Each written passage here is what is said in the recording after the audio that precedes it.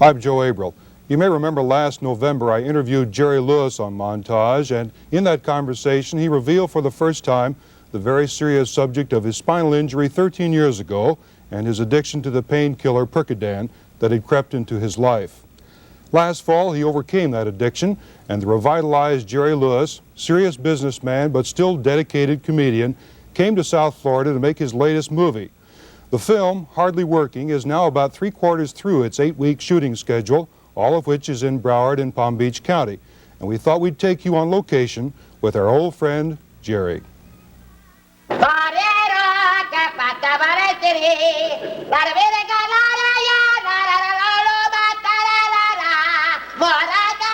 Jerry Lewis, for 35 years one of the world's best-known comedians, likes clowning around on the set of his latest movie, Hardly Working.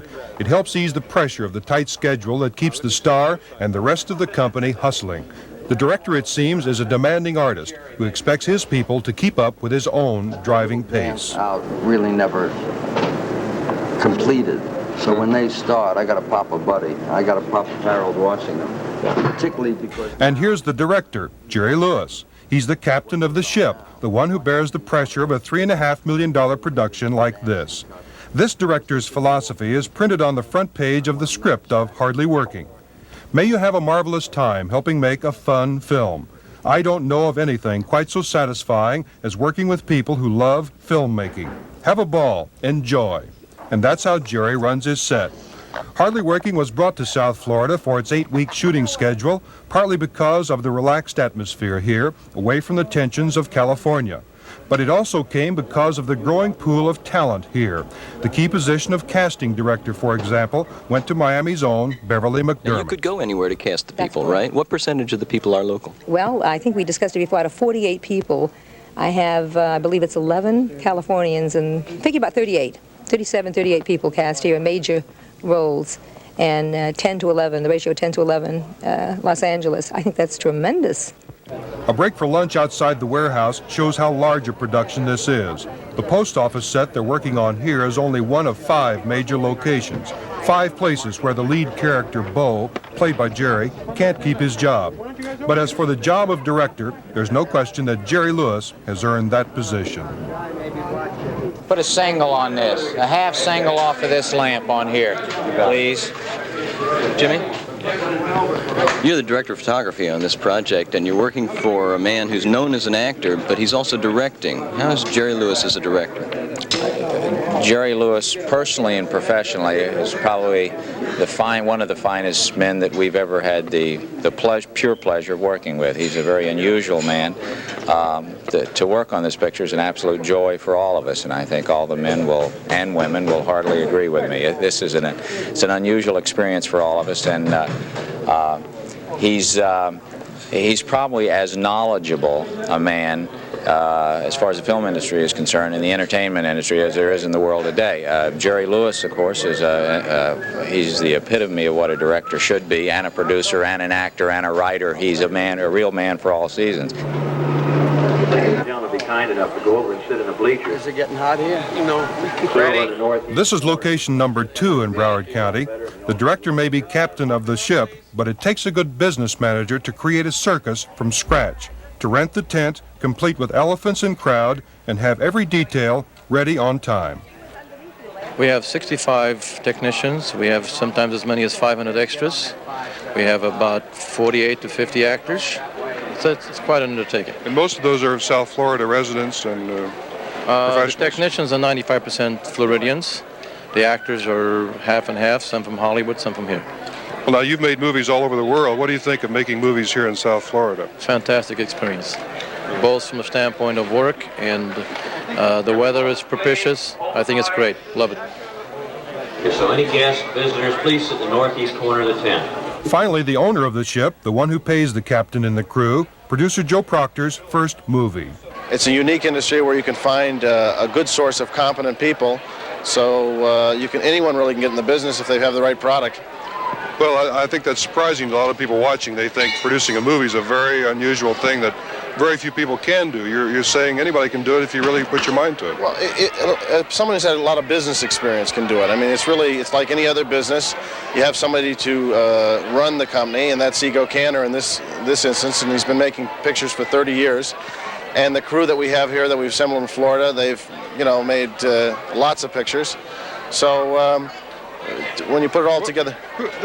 What is wrong with this man here? Now, this is the director. Director, please. Director.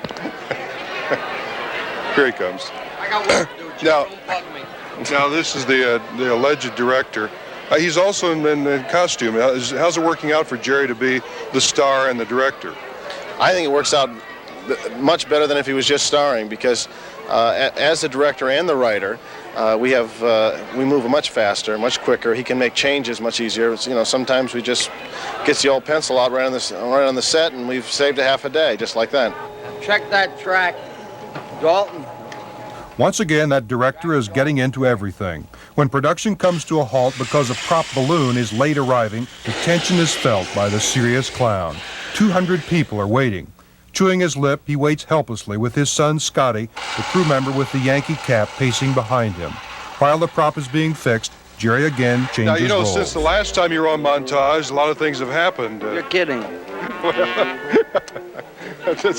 Don't take that for serious. Like what? No, tell me about making a movie. Now, here you are in a clown's outfit, and you're directing. No, you're supposed to look at me now and say, you working? Now tell them people. Now, people are watching. They've been seeing how you're making this movie. Tell us, is it difficult? That's a dumb question. That's not a dumb question. It's consistent with most of your questions. This isn't going well for me. What am I doing wrong? You're doing terrific. Oh, okay. See, the minute we struck up a friendship, you blew all your cool. It's going well, very well. But you're not an egomaniac like I first thought, remember? And you're not as miserable as I first thought. Wait a minute, this is crazy. Just very quickly, what's the biggest thing you got to keep your mind thinking about, being in a movie and directing it? Concentration of what your strategy is, where you're going with the cameras, where you've been, where you have to go. And when you're in this huge a format, the wheels have to keep spinning. That's why I look like I'm constantly staring. Yeah. Is the movie changing now that you're in production from what you were thinking before? Well, I always write a blueprint, Joe, like I told you, that if I write a scene and if I shot literally what was on the paper, I wouldn't be doing my work. I have to invent and develop and embellish it, and that's what's been happening. I've been getting some good stuff. And everybody we've talked to on this movie makes a point of raving about you as a human being and a person, almost to the point you wonder why they make such a point. Do you make a special point to be extra special nice to the crew because you think you can get a better movie?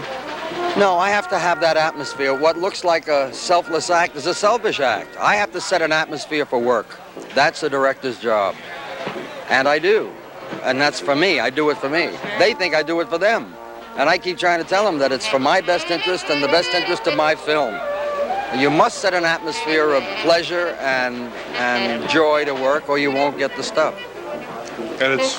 excuse me. I'm sure that there are directors that get great films made with a heavy hand and whipping and a tight, tense set, no visitors and none of that stuff that I do. I don't know how they get it done. I know that I could not function that way.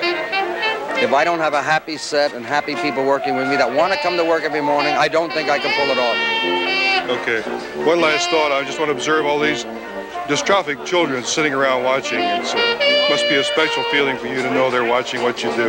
Yeah, they're having a wonderful time. Every day I've got a bunch of them, and they're happy as a clam, and it's a joy to have them there. And listen, you just tied with the Pope as the world's most popular person with teenagers? With the Polish Pope. With the Polish. I don't know if I'd have tied with the other Pope, but the teenage Pope, yeah, I tied with the Pope.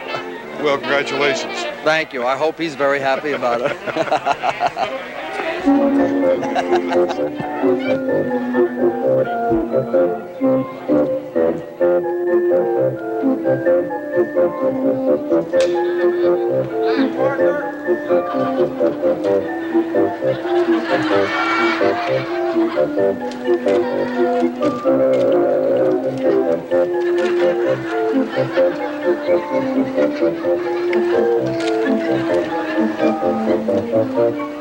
Oh, that balloon.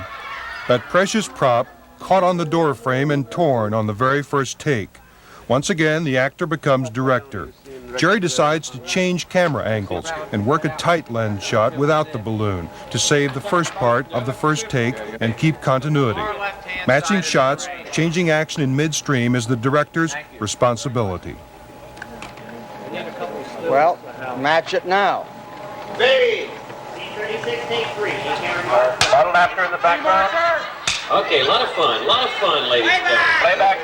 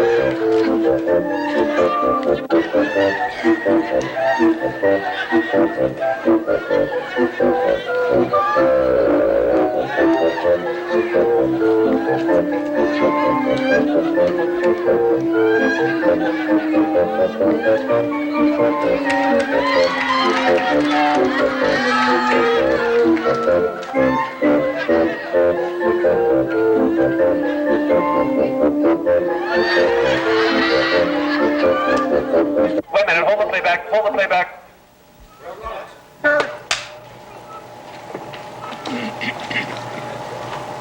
All right, playback. Happiness.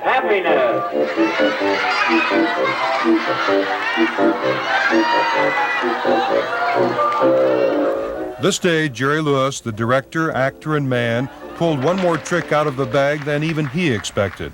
A Springer Spaniel, a surprise gift to Jerry from the cast and crew of Hardly Working.